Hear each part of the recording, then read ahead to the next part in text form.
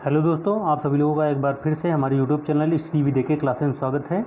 दोस्तों, जैसा कि सभी को इंतज़ार था कि जो पेट का एग्ज़ाम है 2022 का कब होगा, तो उत्तर प्रदेश अधीनस्थ सेवा चयन आयोग लखनऊ ने जो है पेट का जो है नोटिफिकेशन जारी कर दिया है। और आज से ही यानी कि आज 28 जून 2022 है, तो आज से ही जो है ये आवेदन स्टार्ट हो गए हैं, ऑनलाइन आवेदन होगा।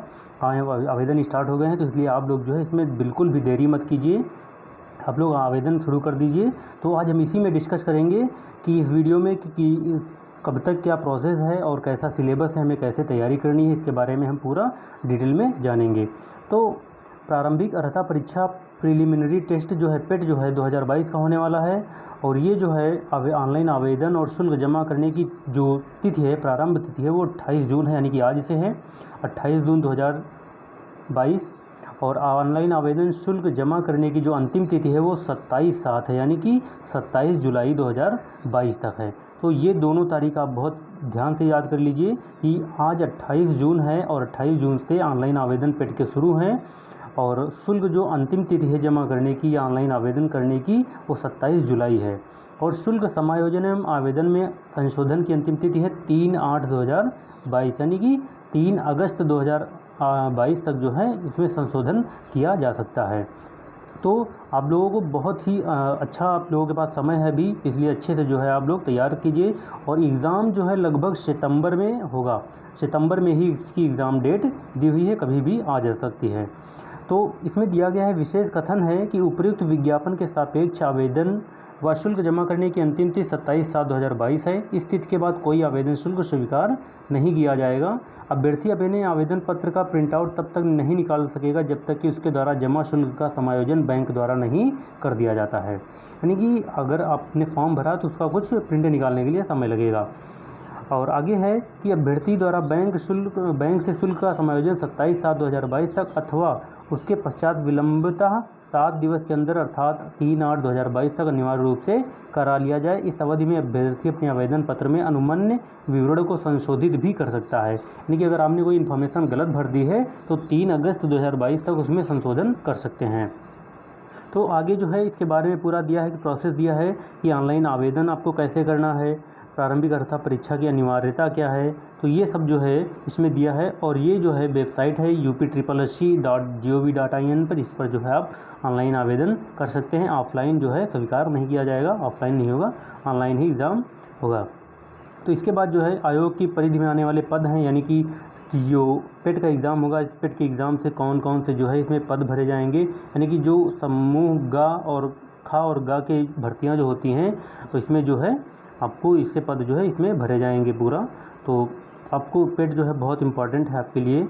और इसमें आगे दिया है कि ऑनलाइन आवेदन करने वाले अभ्यर्थियों के लिए आवश्यक सूचना भी दी है कि आवेदन जो ऑनलाइन पद्धति से है किसी और पद्धति से मान्य नहीं होगा। और इसमें आवेदन पत्र भरने की पूरी प्रक्रिया दी है कि कैसे कैंडिडेट रजिस्ट्रेशन करेगा, फ़ोटो हस्ताक्षर अपलोड करेगा, और फॉर्म के शेष विवरण कैसे भरेगा, फीस का भुगतान कैसे करेगा, और उसका प्रिंट आउट लेगा। ये पूरी प्रक्रिया जो है एक क्रम में दी हुई है। तो आपको जो है इस पूरे नोटिफिकेशन को पढ़ लेना है। तो ये देखो पूरा यूजर नोटिफिकेशन दिया है कि कैंडिडेट रजिस्ट्रेशन कैसे होगा, फ़ोटो अपलोड, ये पूरा दिया हुआ है। तो आप जो है फ़ोटो का साइज़ भी दिया है कि 3.5 सेंटीमीटर से 4.5 सेंटीमीटर का होना चाहिए, जिसमें फ़ोटो का लगभग 70% भाग चेहरे से आच्छादित हो और फ़ोटो 6 महीने के भीतर का लिया गया हो। तो आप जो है इसको विशेष ध्यान दीजिएगा, ये पूरा देख लीजिए। हम इसको जो है अपने टेलीग्राम चैनल पे नोटिफिकेशन डाल देंगे, आप वहाँ से जो है डाउनलोड करके देख सकते हैं, पूरा पढ़ सकते हैं। और एग्ज़ाम फॉर्म भरने से पहले जो है आप इसको पूरे अच्छे से पढ़ लीजिएगा। और इसमें आप देखते हैं आवेदन शुल्क दिया है कि जो अनारक्षित यानी जनरल कैटेगरी के है वो आवेदन शुल्क 160 रुपया है, और ऑनलाइन प्रक्रिया शुल्क 25 रुपया है, यानी कि शुल्क योग जो है 185 रुपया है जनरल के लिए, और 185 है ओबीसी के लिए। एससी के लिए है 95 रुपया, और एसटी के लिए जो है 95 रुपया है। और विकलांग जो हैं, दिव्यांग जो हैं, उनके लिए जो है 25 रुपये आवेदन शुल्क रखा गया है। तो ये भी आपको पता होना चाहिए, ये भी आप ध्यान रखेंगे। इसके बाद जो है फॉर्म का प्रिंट आउट निकाल लेना है, और संशोधन करना है तो आप संशोधन कर सकते हैं। और इसमें जो योग्यता ली गई है वो प्रारंभिक अर्हता परीक्षा 2022 में हाई स्कूल अथवा समकक्ष या उससे उच्च शैक्षिक अर्हता धारित करने वाले अभ्यर्थी आवेदन कर सकते हैं। तो आप हाई स्कूल का मिनिमम होना चाहिए, इसलिए इसमें जो है आप आवेदन कर सकते हैं। आयु सीमा भी दी है कि आयु सीमा जो है 18 वर्ष या 21 वर्ष से स्टार्ट है इसमें, और जो है पूरा 40 वर्ष तक जो है आप इसमें आवेदन कर सकते हैं। 40 वर्ष तक के आपको इसमें दिया गया, और छूट भी दी गई है कुछ जो जिनको रिजर्वेशन मिला है, और आरक्षण भी दिया गया है, उसकी बात कर रहे हैं। और जो परीक्षा योजना एवं पाठ्यक्रम जो है ये पूरा जो है विशिष्ट रूप से जो है इसमें पूरा दिया हुआ है अच्छे से। का सिलेबस क्या क्या है, अगर आप चाहेंगे तो हम इसको सिलेबस को और अच्छे से डिकोड करेंगे, पूरा सिलेबस का एनालिसिस करेंगे। हमें आप जो है बता दीजिएगा, हम आपको जो है पूरा डिटेल में सिलेबस कैसे तैयार करना है, एक एक पॉइंट जो है वो कैसे तैयार करना है ये हम आपको बता देंगे। तो इसके बाद जो है हम सिलेबस एक बार देख लेते हैं कि सिलेबस क्या है। आप इसको अच्छे से पढ़ लीजिएगा क्योंकि सिलेबस ही सबसे ज़्यादा इम्पॉर्टेंट है। तो क्या पढ़ना है हमें, तो देखिए जो सिलेबस में है दिया है कि प्रश्नों की संख्या टोटल 100 होगी, और परीक्षा भी 2 घंटे की होगी और 100 नंबर की होगी, यानी 100 प्रश्न 100 नंबर के होंगे, एक प्रश्न 1 नंबर का होगा। तो इसमें अब सेक्शन दिए हुए हैं कि हर सेक्शन से कौन कौन से या कितने प्रश्न पूछे जाएंगे। तो जो इंडियन हिस्ट्री है, इंडियन हिस्ट्री से 5 प्रश्न पूछे जाएंगे। अब 5 प्रश्न में कौन कौन से जो है टॉपिक हैं, जैसे सिंधु घाटी की सभ्यता, वैदिक संस्कृति, बौद्ध धर्म, गौतम बुद्ध की जीवनी एवं शिक्षाएँ, जैन धर्म, महावीर स्वामी जो हैं जीवनी उनकी शिक्षाएं, मौर्य वंश यानी मौर्य वंश में सम्राट अशोक से पूछे जाएंगे, गुप्त वंश में समुद्रगुप्त, चंद्रगुप्त द्वितीय, हर्षवर्धन, राजपूत काल, सल्तनत काल, मुगल साम्राज्य और मराठा, ब्रिटिश राज का अभ्युदय एवं प्रथम स्वतंत्रता संग्राम, ब्रिटिश राज का सामाजिक आर्थिक प्रभाव। इस पर जो है इतना जो है ये आपके हिस्ट्री का जो है सिलेबस है। आपको इसमें से 5 प्रश्न पूछे जाएंगे, इसको अच्छे से आप तैयार कर लेंगे। तो इसके बाद जो है आपका भारतीय राष्ट्रीय आंदोलन दिया है, इंडियन नेशनल मूवमेंट, ये भी मॉडर्न हिस्ट्री का पार्ट है, इससे भी 5 प्रश्न पूछे जाएंगे, बहुत इंपॉर्टेंट है। तो स्वाधीनता आंदोलन के प्रारंभिक वर्ष, स्वदेशी तथा सविनय अवज्ञा आंदोलन, इसको बहुत अच्छे से तैयार करना है। अगर आप चाहते हैं तो हमारे साथ बने रहिए, हम आपको इसको अच्छे से आपकी तैयारी करवा देंगे। तो महात्मा गांधी तथा अन्य नेताओं की भूमिका, क्रांतिकारी आंदोलन तथा उग्र राष्ट्रवाद का उदय, विधायी संशोधन तथा ब्रिटिश इंडिया एक्ट 1935, भारत छोड़ो आंदोलन, आज़ाद हिंद फौज तथा नेताजी सुभाष चंद्र बोस। तो इसके अंतर्गत जो है इतना आपको पढ़ना है। अब अगर आप हम आगे वीडियो बनाएंगे आपके लिए कि ये कहाँ से हमें तैयार करना है, कैसे तैयार करना है, हम आपको बताएंगे। इसके बाद ज्योग्राफी का पोर्शन है, ज्योग्राफी यानी कि भूगोल, इसमें भारत एवं विश्व का भूगोल होगा। इसमें नदियाँ तथा घाटी, भूजल संसाधन, पर्वत, पहाड़ियाँ, हिमनद, मरुस्थल और शुष्क क्षेत्र, वन, खनिज संसाधन, विशेषकर भारत में खनिज संसाधन कहाँ कहाँ पाए जाते हैं, भारत एवं विश्व का राजनीतिक भूगोल, इसके बारे में बात की गई है।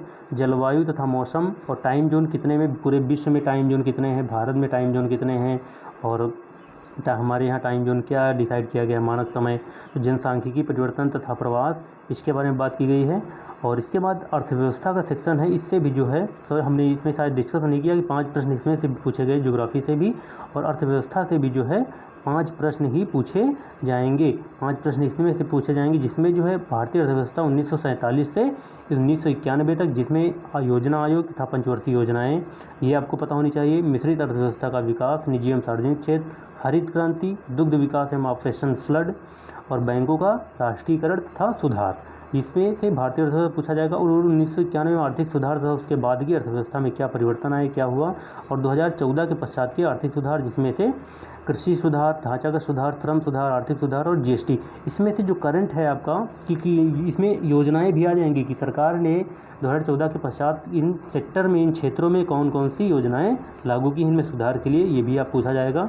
और इसके बाद है भारतीय संविधान एवं लोक प्रशासन, Indian constitution and public administration, इसमें से भी 5 प्रश्न पूछे जाएंगे। भारतीय संविधान में क्या कि भारतीय संविधान की मुख्य विशेषताएं क्या हैं, राज्य के नीति निर्देशक सिद्धांत, मौलिक अधिकार एवं कर्तव्य, संसदीय प्रणाली, संघीय प्रणाली, संघ एवं केंद्र शासित प्रदेश, केंद्र राज्य संबंध, न्यायिक ढांचा, सर्वोच्च न्यायालय और उच्च न्यायालय, इसके बारे में पूछा जाएगा। इसके बाद जिला प्रशासन, स्थानीय निकाय तथा पंचायती राज संस्थाएँ, ये बहुत ही अच्छे से हम तैयारी करवा देंगे, और इसलिए आप इसको बहुत अच्छे से तैयार कर सकते हैं।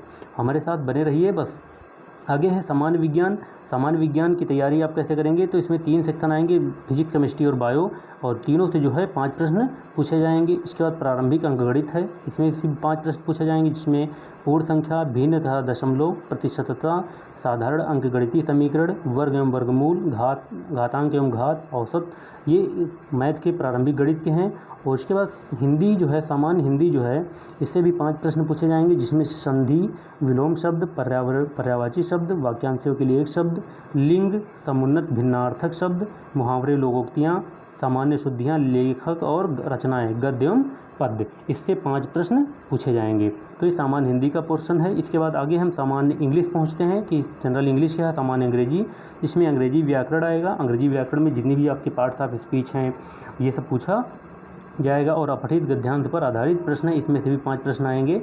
इसके बाद जो है रीजनिंग आपकी दी है, रीजनिंग में से जो है वृहत एवं लघु आएगा, क्रम एवं रैंकिंग है, संबंध है, समूह से भिन्न को अलग करना, कैलेंडर एवं घड़ी, कारण और प्रभाव, कोडिंग, डिकोडिंग, जिसमें नंबर तथा अक्षर आते हैं, निगमनात्मक तर्क तथा कथन विश्लेषण एवं निर्णय, इससे भी 5 प्रश्न पूछे जाएंगे। तो बहुत ही इंपॉर्टेंट पोर्शन है, तो आपको इसकी अच्छे से तैयारी करना है। इसके बाद जो है करंट अफेयर से आएगा, जो आपको करंट अफेयर पढ़ना है, भारतीय एवं वैश्विक, इससे 10 प्रश्न आएंगे, बहुत इंपॉर्टेंट है, जो स्कोरिंग भी सबसे ज़्यादा है। इसके बाद जनरल अवेयरनेस यानी जीके जिसको बोलते हैं, जीके में आ जाएगा भारत के पड़ोसी देश, राजधानी तथा मुद्रा, भारत के राज्य तथा केंद्र शासित प्रदेश, भारतीय संसद, राज्यसभा, लोकसभा और विधानसभा, विधान परिषद, इसके बारे में पूछा जाएगा। राष्ट्रीय एवं अंतर्राष्ट्रीय दिवस कितने भी हैं, पूरे वर्ष जो है कौन से इंपॉर्टेंट होते हैं वो पढ़ना है। विश्व संगठन कितने हैं, यानी कि इंटरनेशनल ऑर्गेनाइजेशंस कौन कौन से हैं, उनके मुख्यालय कहाँ कहाँ पर हैं, उनके अध्यक्ष वर्तमान में कौन है और उसके कितने सदस्य हैं, तो ये सब जो है पूछा जाएगा। भारत किन किन में जो है सदस्य है। भारतीय पर्यटन स्थल इंपॉर्टेंट कौन से हैं, भारत की कला एवं संस्कृति, भारत एवं विश्व के खेल, भारतीय अनुसंधान संगठन, प्रसिद्ध पुस्तकें और लेखक, पुरस्कार एवं विजेता। तो ये जीके और जीएस जो है दोनों में आएगा, और जो प्रसिद्ध पुस्तकें और लेखक करंट से भी पूछा जा सकता है, पुरस्कार और विजेता करंट से भी पूछे जा सकते हैं। तो इसको जो है अच्छे से आप तैयार करेंगे। ये 10 नंबर से जीके भी आएगा, और जलवायु परिवर्तन एवं पर्यावरण ये भी इसमें से पूछा जाएगा। तो इसके बाद जो है 13वां जो भाग है, 13 जो टॉपिक नंबर 13 है, वो अपठित हिंदी गद्यांश का विवेचन एवं विश्लेषण 2 यानी गद्यांश, जिस पर प्रत्येक पर 5 प्रश्न आएंगे, यानी कि 10 नंबर का होगा। और ग्राफ की व्याख्या विश्लेषण आएगा, इससे भी 10 नंबर का होगा। तालिका की व्याख्या विश्लेषण 2 तालिकाएँ आएंगी, जिसमें प्रत्येक पर 5 प्रश्न होंगे और 10 नंबर का ये भी होगा। तो इसमें कहा गया है कि जो शर्तें दी हैं कि क्रमांक संख्या 1 से 9 पर अंकित शैक्षिक विषयों से संबंधित प्रश्नों की कठिनाई का स्तर, डिफ़िकल्टी लेवल जो है राष्ट्रीय शैक्षिक अनुसंधान परिषद यानी एनसीईआरटी द्वारा निर्धारित सेकेंडरी या सीनियर सेकेंडरी स्तर का होगा। और परीक्षा का प्रकार जो है ऑब्जेक्टिव टाइप होगा, वह प्रश्न बहुविकल्पी प्रश्नों पर आधारित होगा। प्रत्येक गलत उत्तर हेतु 1/4 अंक की कटौती की जाएगी, यानी कि ये निगेटिव भी है, आप इसका विशेष ध्यान रखेंगे, निगेटिव मार्किंग होगी इसमें। अगर इसलिए जो है आप किसी भी प्रकार का रिस्क नहीं ले सकते हैं ज़्यादा। तो इसमें शर्तें दी कि एनसीईआरटी की बेस पे आप तैयार कर सकते हैं, और ऑब्जेक्टिव टाइप होगा, और जो है 1/4 जो है इसकी निगेटिव मार्किंग है। तो दोस्तों ये पूरा सिलेबस है, इसलिए आप एक बार जो है इसको अच्छे से जो है देख लीजिए और अच्छे से नोट कर लीजिए। और इसमें अगर कोई आपको क्वेश्चन है कि हम इसकी सेक्शन की तैयारी कहाँ से करें, कैसे करें, तो आप हमें कमेंट करके पूछ सकते हैं, हम इसके आपको डिटेल में बताएंगे, और पूरा हम आपको जो है इसकी तैयारी भी करवा सकते हैं। तो इसलिए जो है आप हमारे साथ जुड़े रहिए। फिर मिलते हैं, आपको ये वीडियो कैसा लगा हमें कमेंट करके अवश्य बताइए। फिर मिलते हैं, तब तक के लिए नमस्कार, धन्यवाद।